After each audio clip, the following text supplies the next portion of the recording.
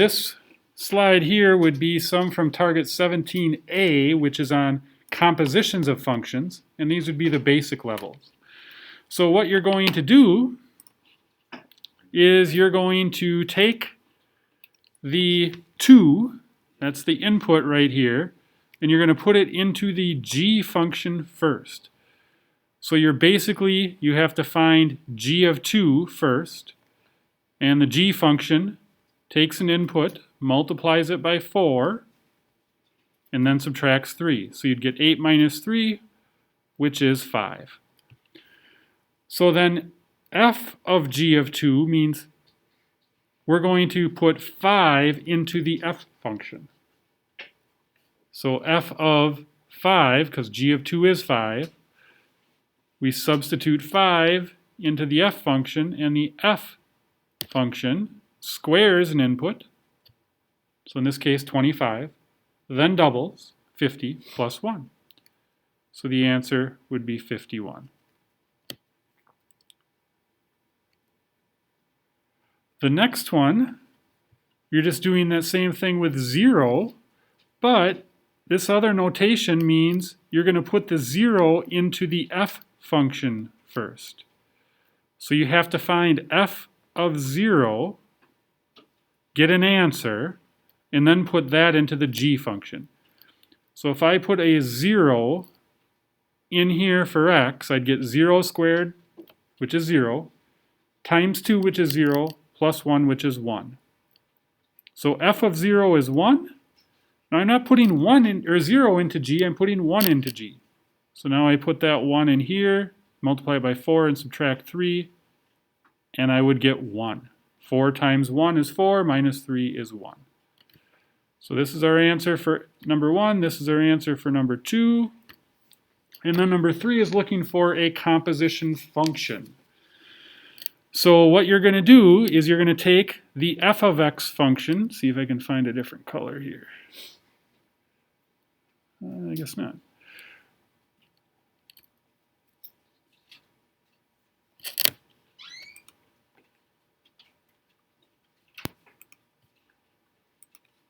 Okay, well anyway, I'm going to take this f of x function right here, and I'm going to put it into the g function for the input.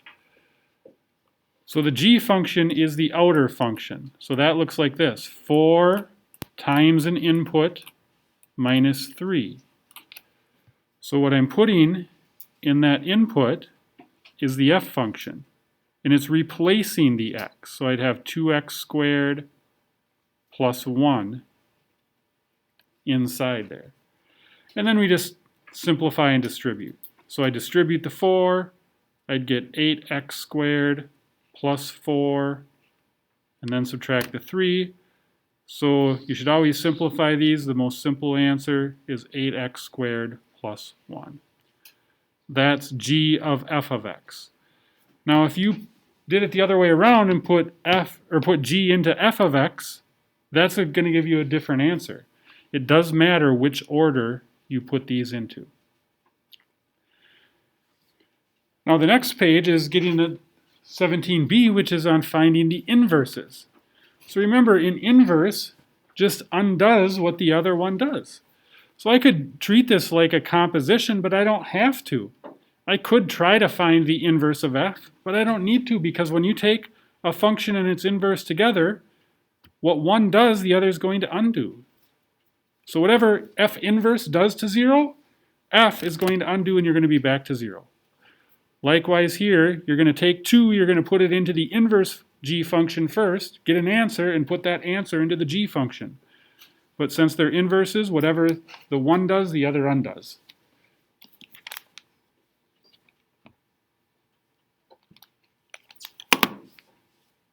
You guys could have said something. Practicing with this new pen. I'll go back to it, the other one. So then number 3. Now we have to find the inverse. So the first step, I take that f function, I'm going to change the f of x to y.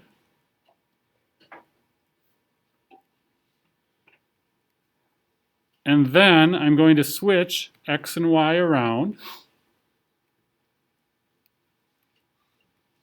And then I'm going to solve for y in its new spot. So I would subtract 1 from both sides.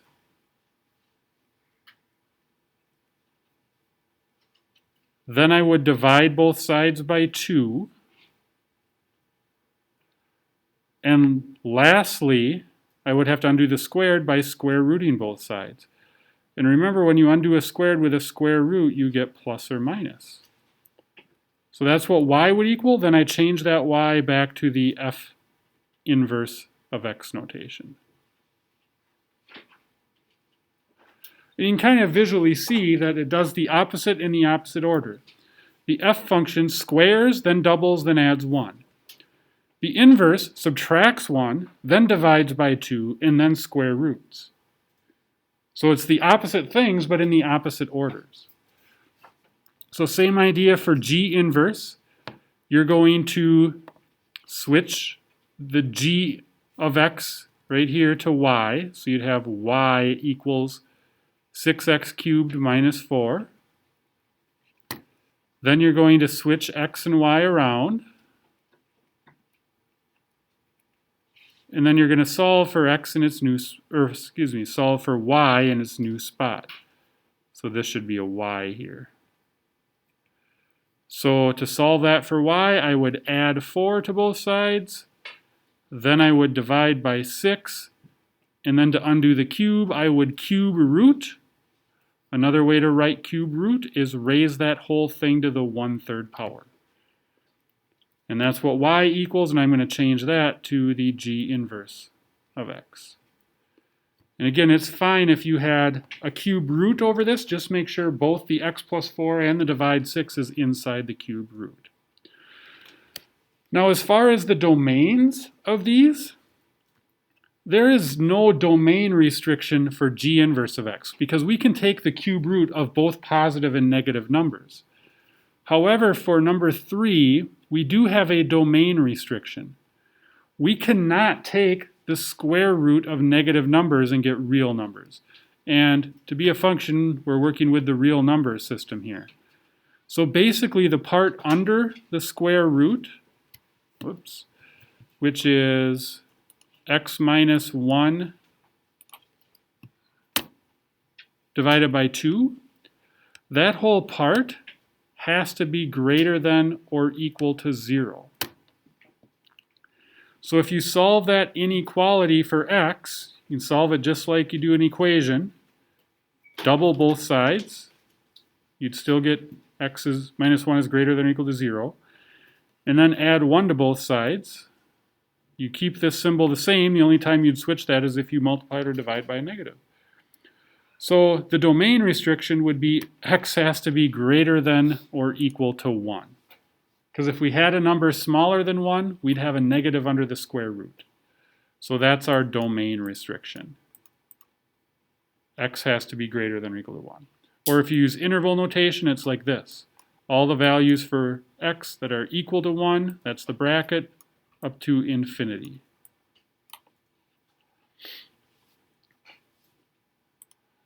All right, then back to finding compositions for target 17A. So this is just asking for a composition function. And another way to ask this is to say, what is f of g of x, like this. So when you do this, you can see that the g of x function is going into the f of x function. So the outer function is going to be 2 times an input squared plus 1. So now in place of that, I'm going to put the other function, the g of x, 4x minus 3.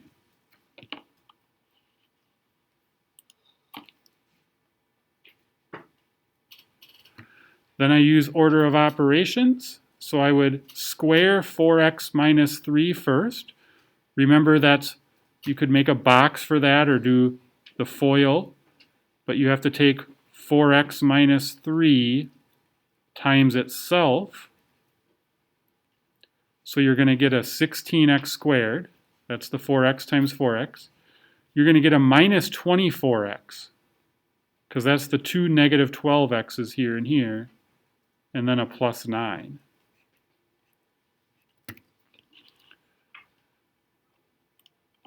Then you can distribute your 2. So you're going to get 32x squared minus 48x plus 18, and then plus the 1 is a 19. So there's the composition of those two in that order, in simplified form. You should also be able to find compositions from tables like we have here. So this notation means find f of negative 6 first. So I'm using the f function. When the input's negative 6, the output is negative 6. So the output is what I'm going to put into the g function. So now I'm finding g of negative 6. And again, when I do that here, the input of negative 6 has an output of negative 6. Now if I look at this other example, I'm going to put negative 2 into the g function first. So finding g of negative 2, that's 1. So then I take that answer, 1, put it into the f function, and the output there is 3. So the final answer for B is 3. Now we can use tables as well for inverses, because the definition of an inverse, basically what it does is it takes a point and it switches the x and y around. This is what an inverse does. So from the table for number 1, find the inverse of f. So I'm first going to define what f of x would look like. So there's 2 points with f of x that deal with this negative 5. This point that I just circled takes negative 2 and maps it to negative 5. So the inverse of x, or of f of x, does the opposite. It takes negative 5 and maps it to negative 2. So the answer to this, the inverse of f inverse of negative 5 is negative 2. It's basically saying what value would the inverse function take negative 5 to? Well, the negative 5 would be the inverse of the inverse, or the y-coordinate of the inverse. And then same idea for this one. Find or approximate f of 0. So there's 2 points on here that have zeros in them. The x-coordinate and the y-coordinate. What I'm just defining though, this, it actually should be labeled here. This line represents the original function, f of x. So f of 0 is 2. Here's those points in inverse. I just switched them around. So these would be those same 2 points.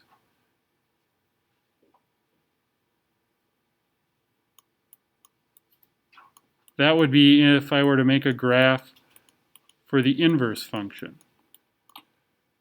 So now I can see if I put 0 into the inverse function, it's this point. So the value of this is 1.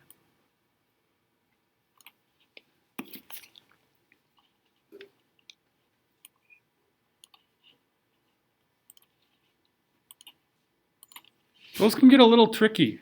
Any questions on those?